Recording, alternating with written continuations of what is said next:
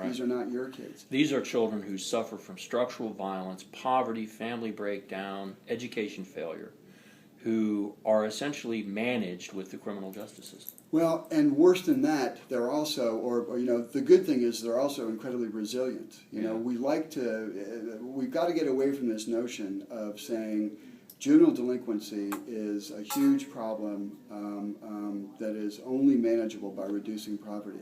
Yeah. It's a problem that's so big that we can only get to it if we can fix the neighborhoods. Mm-hmm. If we do that, if that's what we try to do, mm-hmm. America's never done that. Right? I mean, America's never really been good at sort of, fixing structural racism and poverty. Even a poverty jobs level. But there's tons of data that shows that if you have the right intervention at the right time for mm-hmm. these children, that you get success. I got so frustrated because if those were white kids, if those were upper middle class white kids, there would be people storming the governor's office to stop it. Yeah. We've got the same thing happening here in Florida. Right. It's not that sort of overt violence that we had in Louisiana, but we're destroying these young lives. Right. And it doesn't have to be that way. Mm. Just a couple tweaks on policy. I mean, if we had the DJJ data from last year shows that 47% of all the kids that went into residential care went in for a misdemeanor or a non-law violation probation, truancy, smoking, right? That's got to change. That 47%. Just if we took 47% of the kids and kept them out of residential, and took 47% of $180 million and put that into MST, FFT, mm-hmm. and to programs at work, we would get much better results. We would save these children's lives. Right. We would save these families and make our community safer. David, let's follow the money here for a moment, because there's a very pernicious little pattern here with the use of Medicaid dollars for the private providers for juvenile detention. Can you share with us some of your thoughts on that? It's interesting. I'm not the expert on this. Okay. The private providers themselves and the DJJ. But there's a cash flow involved here that should probably be talked about. Yeah. I mean, basically, the DJJ over the years has done a very, very good job of hyping this notion that they provide quote-unquote specialized treatment, that their risk assessment instrument is so good that they can say, this is a low-risk child, this is a moderate-risk kid, this is a high-risk kid, this is a maximum-risk kid. It goes completely out the window because you also have the judge and the state attorney involved, and a child who is in fact low risk becomes moderate risk just because the state attorney wants juvenile prison or the judge wants juvenile prison. It's a long way to explain that they've created this sort of investment, model where kids go into these programs, and it's largely funded with state money. But for kids who are in quote-unquote non-secure facilities, that is the low and the moderate risk facilities, you're allowed to draw down federal money to pay for mental health care, substance abuse treatment, and things like that. Mm-hmm. And so even though, there's literally a non-secure facility, it's in fact here in North Florida, that is surrounded by three sides by a moat.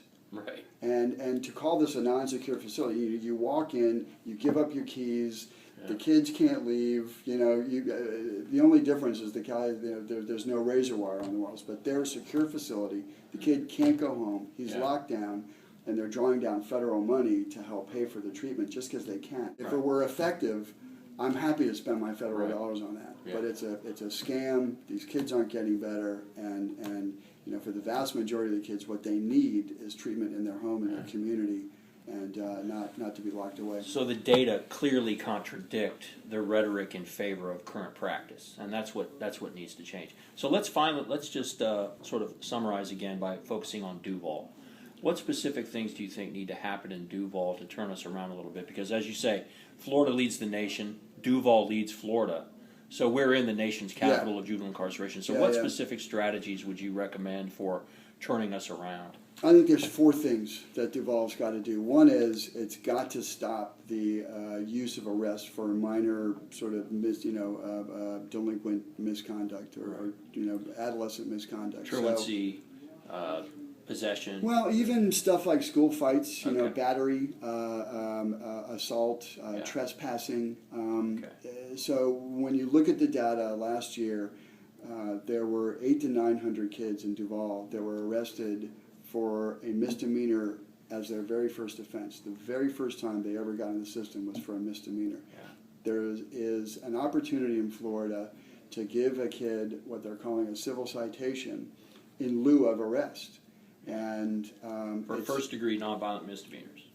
First time misdemeanors. misdemeanors. Right. Yeah, even though, I mean, the problem with the violent, nonviolent nomenclature is a fight counts as a battery is a violent, doesn't hurt, right? Yeah. I mean, it's a schoolyard fight. Yeah. It's stuff that we did as kids. But it gets kids into the system. It gets them into the system, and makes the it worse. research shows that the once you get in, the deeper you go.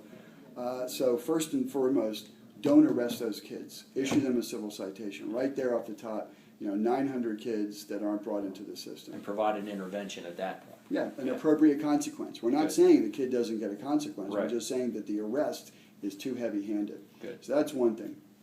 The second thing is that if you do have to arrest a kid, by all means do whatever you can to keep him out of juvenile jail, juvenile detention. There is decades of research by the Annie E. Casey Foundation. There's a proven initiative called Juvenile Detention Alternatives Initiative that not only is a lot less costly because you have alternatives to detention that safely keep the kids in the community. It's also much more effective. The data shows that when you put a kid in that detention environment, even for a day or two, they develop peer groups that are quite different than the positive peer groups that they can develop in schools and at home.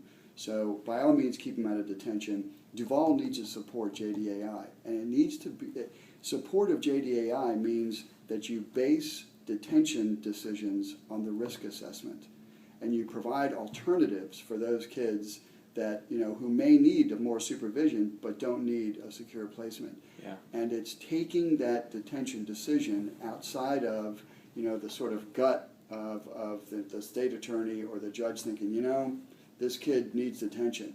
What does a risk assessment tell us, right? A validated risk assessment. Right. So JDI needs to be supported. We need to reduce the use of detention, increase our support of alternatives to detention. Third thing that we need to do is that, and this is probably a legislative issue, we have got to provide more alternatives for incarceration of these kids. I think there were 400 or 500 kids in Duval, $15 million spent last year on this stuff.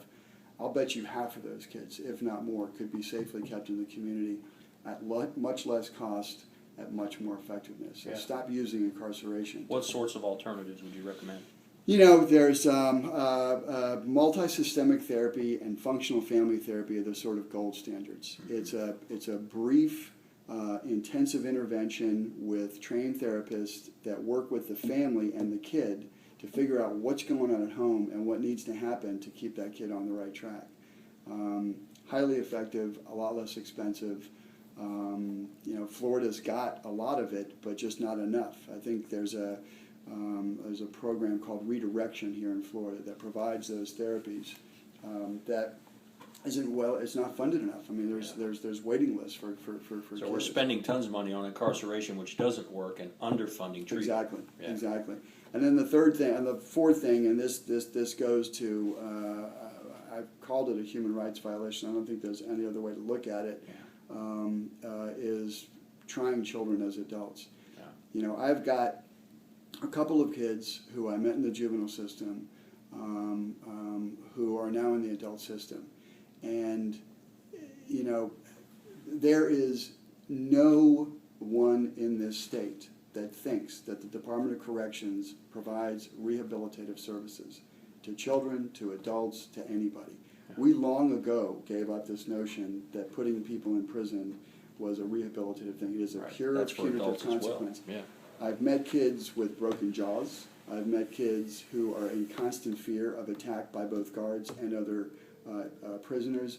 When you put a 14, 15, 16-year-old child in an adult facility, there is no question that that child is at risk of abuse. And it doesn't keep us safer.